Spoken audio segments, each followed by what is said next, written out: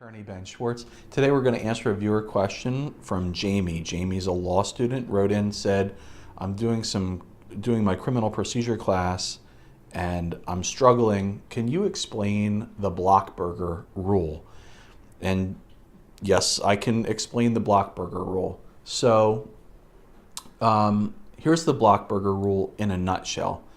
You need to know that the Eighth Amendment prohibits double jeopardy. Basically, you can't be prosecuted twice for the same offense. You need to know that in criminal law, there is a thing called lesser included offenses. So, you might not be guilty of what you're charged with, but you could be guilty of a lesser included offense. For example, you might be charged with first-degree murder, but the jury might find you not guilty of that, but find you guilty of second-degree murder or manslaughter or assault or offensive touching. There are lesser degrees of criminal culpability built into the law. So what Blockburger basically says is that you can't be tried on two separate criminal offenses if one of the criminal offenses is a lesser included offense of the lead charge. In other words, they can't try you this week on murder in the first degree and then come back and try you in 2 weeks on manslaughter. It doesn't work that way.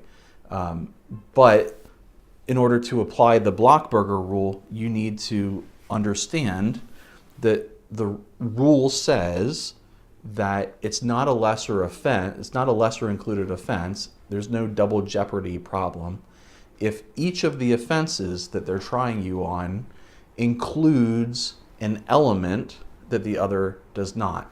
Now, the best way for me to try and explain that rule is this. I was driving down the road with my son, Charlie, and Charlie is 6 and he's learning how to read. He's starting to get good at reading.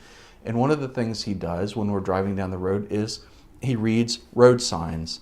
And so we're looking for our exit. We're driving down the road, and he says, "Dad, that sign says next exit." And then he says to me, next and exit, they both have the same letters. They're just jumbled. And if you use the same letters, you can spell either word. And I said to him, "No, that's not correct, Charlie. Next and exit, each of them contains a letter that the other does not. Next contains N, and N is not in exit. And exit contains I, and I is not in next." So each word has a letter that the other does not. That's essentially a good comparison for the Blockburger Rule. The Blockburger Rule says that if the state or the federal government is going to charge the defendant and go to trial on 2 offenses and get convictions on both of those offenses, each one has to contain an element that the other does not. Otherwise, you've got lesser included offenses, and to be convicted and sentenced on both would violate the double jeopardy clause. So that's the Blockburger Rule. Hopefully that makes sense. Jamie, good luck with your legal studies. If you're watching this and you're a law student, I'm not trying to do your homework for you, but if you have a question for me, feel free to send me an email. My email address is ben.schwartz@schwartzandschwartz.com. Thanks for watching.